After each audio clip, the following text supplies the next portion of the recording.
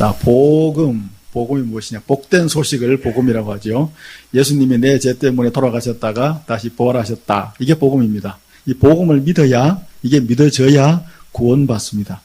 복음은 기독교의 가장 중요한 핵심적인 가장 요지이죠. 그래서 이 복음이 무엇인지를 한번 우리 정리해 보겠습니다. 태초에 이 지구도 없고 사람도 없고 아무것도 없는 때에 하나님이라고 하는 거룩하신 신이 계셨는데, 이 하나님이란 분이 마음 가운데 어떤 한 가지의 계획을 가지고 계셨습니다. 소원을 가지고 계셨습니다. 어떤 뜻.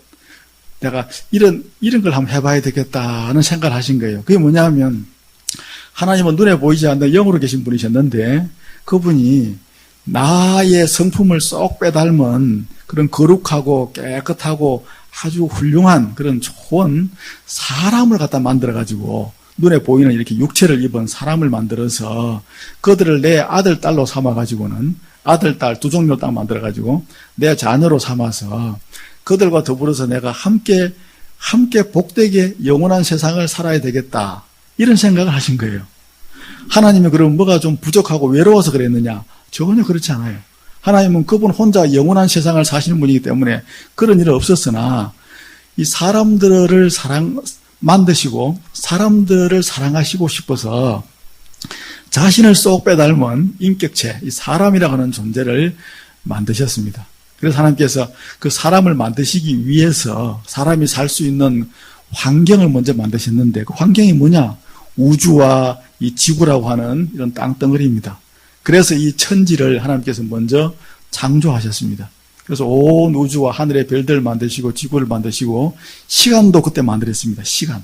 하나님은 시간 바깥에 계신 분이셨는데 시간이라고 하는 것도 만들어가지고 하루하루가 째깍째깍 이렇게 가도록, 나이를 먹도록 또 하셨습니다. 그래가지고 맨 처음 만든 사람이 아담과 하와였는데, 이 사람을 지구라고 하는 땅덩어리 가운데서도 에덴이라고 하는 아주 아름다운 동산을 만들어서 그곳에서 거하도록.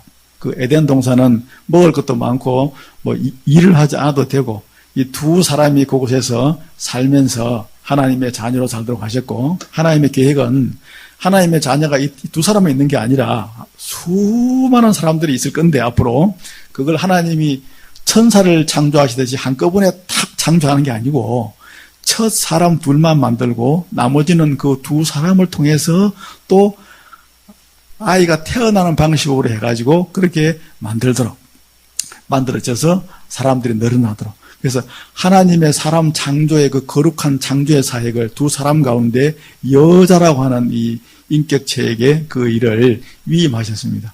그래서 이 결혼이라고 하는 이 그런 가정을 만드셔서, 결혼을 통해서 가정을 만드시고, 가정을 통해서 아이들이 태어나게 해서 또 그 아이들이 자라서 결혼해서 아이가 태어나고, 이런 방법으로 거룩하고 죄 없고 깨끗한 하나님의 백성들이 온 땅에 가득하고 충만해지도록 하는 이런 계획을 하나님께서 가지시고, 그리고 원대한 포부를 다 그런 계획을 가지고 아담과 하와를 에덴 동산에 만들어 놓으시고는 이 사람들에게 완전한 자유를 주시면서, 너희들 하고 싶은 대로 하고 먹고 싶은 대로 먹고 너희들 모든 게 너희의 자유다. 그런데 그렇게 너희에게 내가 자유를 줄 거니까 그 자유롭게 살면서 나를 자발적으로 어디까지나 전혀 어떤 나의 어떤 이런 억압이나 이런 강제가 아니라 완전한 자유로움 가운데 자발적으로 나를 섬기고 나를 너희의 아버지로 모시고 우리가 서로 인격적인 교제를 하자. 이렇게 하나님께서 말씀을 하시면서 그렇게 할 수 있도록 내가 지키기 너무나 쉬운 계명 한 가지를 주마 하고 말씀하셨어요. 그 계명이 뭐냐? 이 동산 안에 이 나무가 하나 있는데, 요 나무 있는 이거는 네가 먹지 않았으면 좋겠다. 요 내 말을 너희 두 사람이 지키면서 사는 그것으로 너희가 나를 존경하고 내 말을 자발적으로 잘 지키는 것을 나한테 보여주기 바란다. 그렇게 말씀했어요.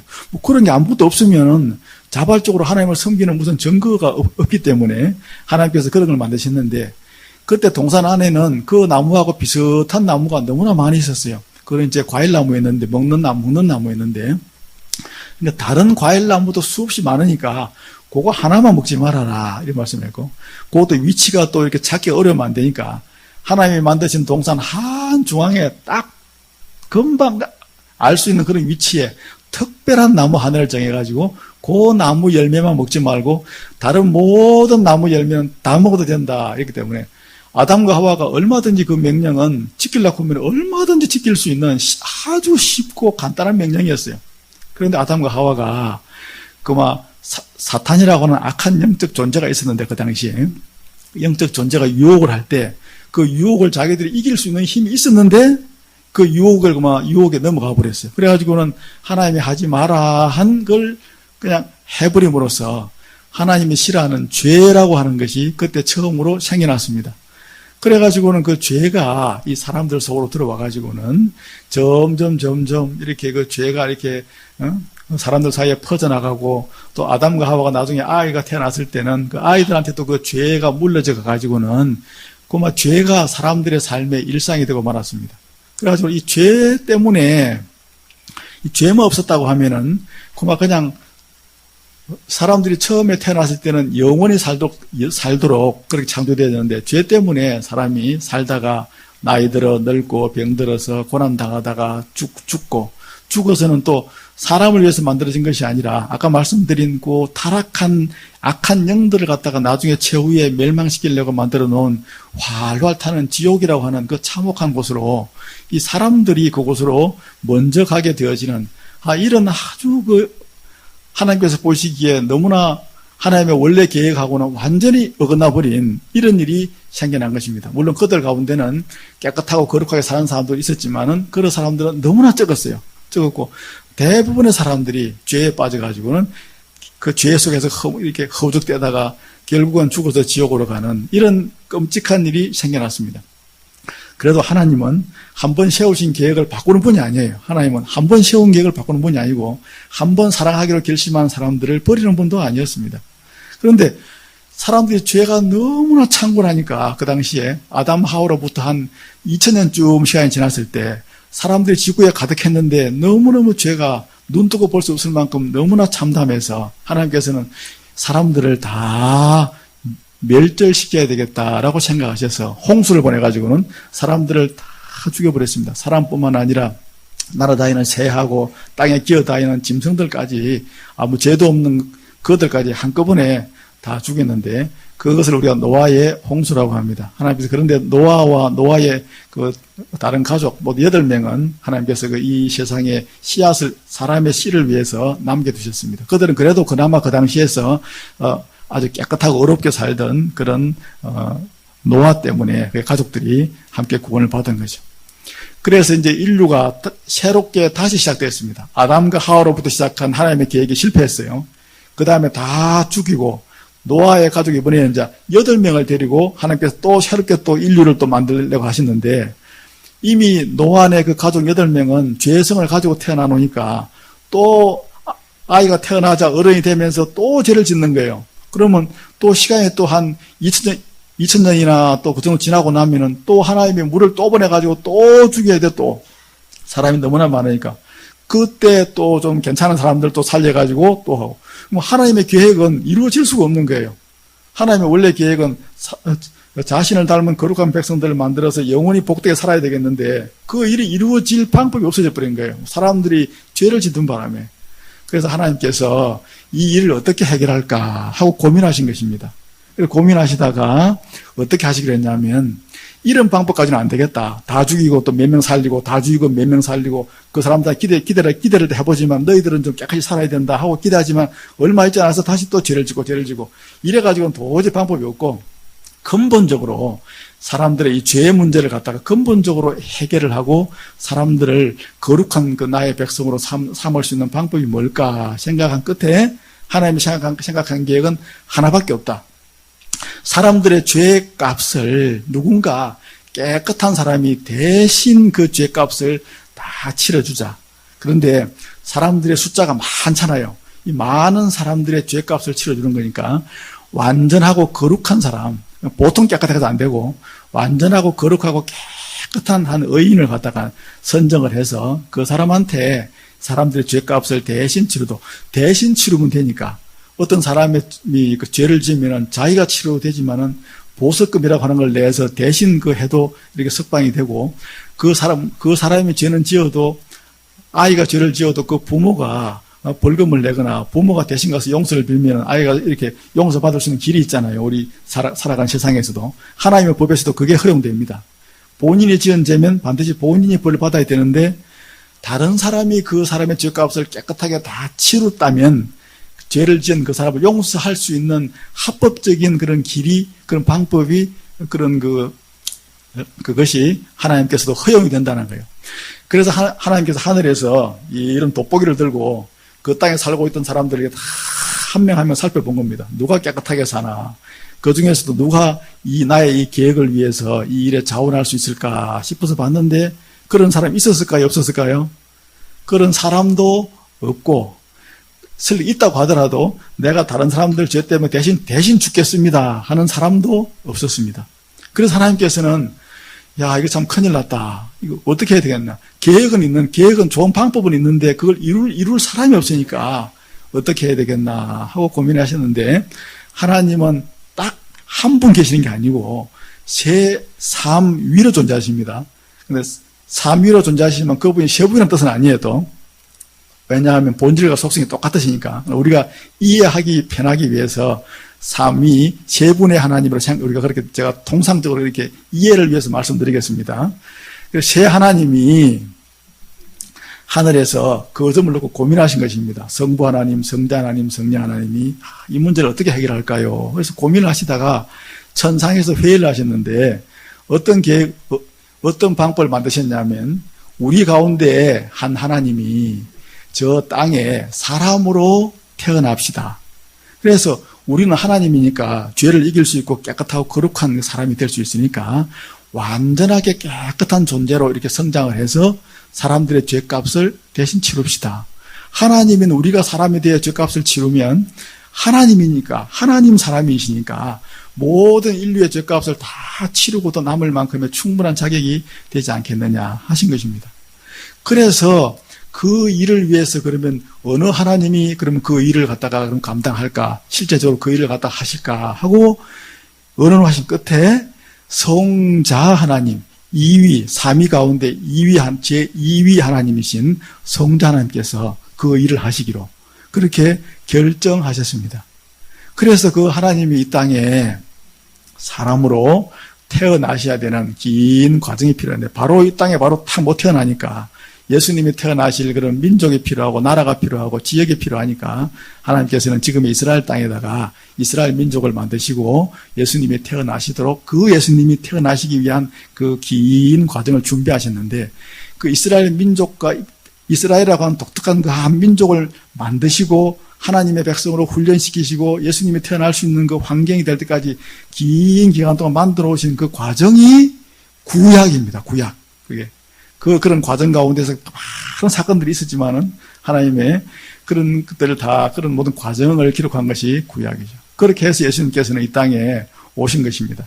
오셔서 예수님이 이 땅에 오신 목적이 사람들의 죄를 대신 치르는 사람 하나님 사람이 되시기 위해서 오신 거니까 오셔서 그 일을 이루셨습니다. 그 당시에, 예수님 당시에 가장 참혹한 형벌은 십자가의 형벌이었습니다. 이거는 사람을 갖다 십자가에 매달아가지고 말려서 죽이는 거였거든요. 그래서 보통 3일, 4일, 5일, 한 일주일 가까이 매달려서 고통 가운데 가장 사람을 고통스럽게 죽이는 방법이 십자가 형벌이었는데, 예수님께서는 그 당시에 이 십자가에 달리셔서 그렇게 오랜 기간 고통을 당하시지는 않으셨고, 6시간 동안 고통을 당하시다가 이렇게 돌아가셨는데, 운명하셨는데, 이렇게 해서 이제 모든 사람들의 죄의 값을 대신 치를 수 있는 그런 합법적인 그런 길이 하나님 편에서 만들어지신 것입니다. 이렇게 해서 만들어 놓으셨습니다.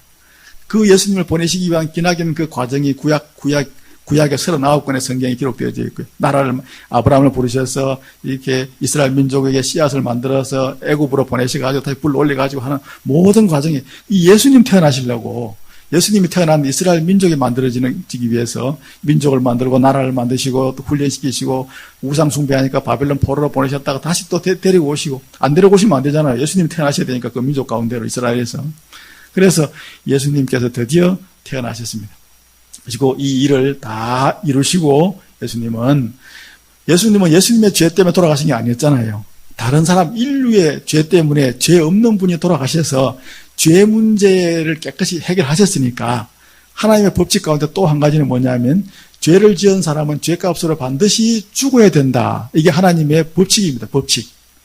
그래서 그 법칙 때문에 예수님께서는 돌아가신 거예요. 매를 맞거나 귀양간 게 아니고 반드시 죽으셔야 될 이유가 뭐냐? 하나님의 그 죄 문제에 대한 죄값에 대한 하나님의 벌칙이기 때문에. 그래서 죄값을 대신해 돌아가시긴 했는데, 그럼 예수님은 자기 죄 때문에 돌아가신 게 아니거든요. 다른 사람들의 죄값을 위해서 죽음이라고 하는 문을 통과하는 순간 예수님은 다시, 그분은 죄가 없는 분이셨으니까 죽음이라고 하는 문을 다른 사람들의 죄값으로 인해 가지고 통과하는 그 순간, 그 죽음의 문을 딱 한 걸음 그 앞으로 나아가는 순간 그분은 전혀 죄가 없는 분이니까 죽음이 계속 예수님을 묶어둘 수가 없었던 거예요. 죽음이라고 하는 것은 죄의 값이거든요. 그러니까 예수님은 이 죽음 가운데 머물러 있을 수가 없는 분이셔서 3일 만에 다시 부활하셨습니다. 다시 살아나셨습니다. 그 자체가 예수님이 죄가 없는 분이셨다는 것을 증거하는 것이 되어졌습니다. 그래서 예수님께서는 죄 없는 깨끗한 사람으로 모든 인류의 죄값을 대신하여 십자가에 돌아가셨다는 사실을 부활하신 사건을 통하여 증명하셨습니다. 그래서 모든 사람의 죄값이 다 용서받을 수 있는 그런 길이 이제 열려버렸고 하나님께서는 온 인류 사람들을 향하여 이 사실을 공표하셨습니다. 자, 너희들 위해서 나의 독생자 예수가 이 땅에 와서 이렇게 해서 십자가에 달려 죽고 사흘에 부활했다. 너희 죄값은 이제 다 용서받을 수 있는 길이 열려져 있다. 누구든지 이 사실을 마음에 받아들이고 그 예수를 너희의 구주로 나를 구원해주는 내 죄 때문에 돌아가신 분이라고 마음에 믿기만 하면, 그 사실을 인정하기만 하면 내가 너희들이 지은 죄지만 다른 사람들이 죄값을 치르면은 그 죄 문제가 해결될 수 있는 그런 합법적인 그런 길이 있듯이 그 원칙에 따라서 너희들의 죄도 있지만 없는 것으로 내가 너희들의 죄값을 해결해 주겠다. 죄 문제를 해결해서 거룩한 나의 백성으로 삼아 주겠다. 이렇게 하늘에서 선포하신 거예요. 그래서 예수님을 믿으면 하나님의 자녀가 될 수 있다는 것은 바로 거룩한 하나님의 백성이 되기 때문에 그런 것이죠. 죄사함 받아서 하나님의 아들, 딸이 되어서 하나님의 자녀가 되어서 영원한 세계를 하나님과 더불어서 같이 행복하게 살고자 하는 하나님의 태초에 가지고 계셨던 가장 중요한 그 원 계획 그대로 그 백성을 삼을 수 있는 합법적인 길을 만들어 놓고 우리 모두를 초청하신 것입니다. 그래서 우리가 예수님을 믿고 사는 거고, 예수님이 내 죄 때문에 돌아가시고 부활하셨다고 하는 이 사실을 우리가 마음 가운데 믿고 사는 그들을 성도, 교인, 우리 하나님의 백성들이라고 부르는 것인데, 그래서 그 사실을 세상에 전하는 것을 전도라고 합니다. 전도. 예수님이 당신의 죄 때문에 십자가에 달리시고 돌아가셔서 3일에 부활하셨습니다. 그 말 한마디에는 그 배경이 아주 많지만 가장 중요한 것은 바로 그 한마디거든요. 그 한마디, 그게 복음이고, 그 복음을 믿는 사람을 구원받은 하나님의 백성이라 그렇게 말합니다. 여러분들이 이 자리에 와 계신 여러분들 마음 속에 제가 지금까지 길게 말씀드렸지만 그 마지막 한마디, 내가 눈으로 보지도 못했고 내가 그분을 만나본 적도 없으나 2000년 전 이스라엘 땅에 예수님이라는 분이 오셔서 내 죄 때문에 돌아가시고 제3일에 죽은 자 가운데서 다시 살아나셔서 하늘로 승천하시고 지금도 영원히 살아계신다 하는 이 사실, 이게 마음 가운데 믿어지는 사람은 그게 확 믿어지든 적게 믿어지든 하여튼 그것이 마음에 약하게라도 믿어지는 사람, 그 사람이 구원받는 그 하나님의 구원에 이르는 그 믿음의 그 씨가 그 심령 가운데 하나님께서 심어주신 구원받은 하나님의 자녀입니다. 그 작은 씨앗부터 시작해서 예배 생활, 교회 생활을 하면서 그 믿음이 점점 강해져 나갑니다. 그런데 그 사실이 마음 가운데 안 믿어지는 사람이 있어요. 죽어도 안 믿어지는 사람. 그 사람은 앞으로 믿어지는 때가 옵니다. 그때까지는 열심히 말씀을 듣고 열심히 말씀을 들으면 그 믿음이 마음 가운데 어느 때가 되면 또 심어집니다. 예수님 외에는 부처나 마호멧이나 공자나 석가나 그 누구를 통해서도 하나님께서는 죄 문제를 해결하고 하나님의 자녀가 되는 길은 그 누구를 통해서도 만들어 놓으신 적이 없습니다. 그렇기 때문에 우리는 이 예수님만을 나의 구세주로 믿고 그렇게 살아갑니다. 그럼 예수님을 갖다가 잘 마음에 안 믿어지는 분들, 아직은 마음 가운데 약하게 믿어지는 분들은 어떻게 하면 되느냐? 그 예수님을 내가 믿고 싶다고 하나님 앞에 기도를 드리면 돼요. 기도를. 너무 어려운 거 아닙니다. 기도를 드리고 열심히 예배 생활, 교회 생활 하다 보면 어느 순간인가 서서히 믿어지기 시작해서 나중에는 확고한 믿음으로 우리 마음 가운데 자리 잡습니다. 그 모셔드리는 기도는 간단합니다. 우리가 이 시간 다 같이 한번 기도를 해볼 건데 저를 따라서 이미 예수님을 믿고 계시는 분들도 같이 하셔서 우리가 아직 믿음이 약한 분들 좀 도와주셨으면 좋겠습니다. 예수님, 저는 예수님께서 제 죄값을 대신 치루어 주시기 위해서 십자가에 달려 돌아가신 것과 제 3일에 다시 살아나신 것을 믿습니다. 이렇게 믿음을 고백을 합니다. 안 믿으시더라도 혹시 이제부터 예수님을 제 주인으로 모시며 섬기며 살아가겠습니다. 이렇게 예수님의 이름으로 기도드립니다. 아멘. 이렇게 믿음으로 딱 고백을 해버리면 하나님께서 우리 마음 가운데 믿음의 씨앗을 심어주시고 우리를 도와주십니다. 우리 같이 한번 우리 한번 기도하겠습니다. 저를 따라 하시기 바랍니다. 조용히 눈을 감으시고 예수님, 저는 예수님께서 제 죄값을 대신 치르기 위해 십자가에 달려 돌아가신 것과 제 3일에 다시 살아나신 것을 믿습니다.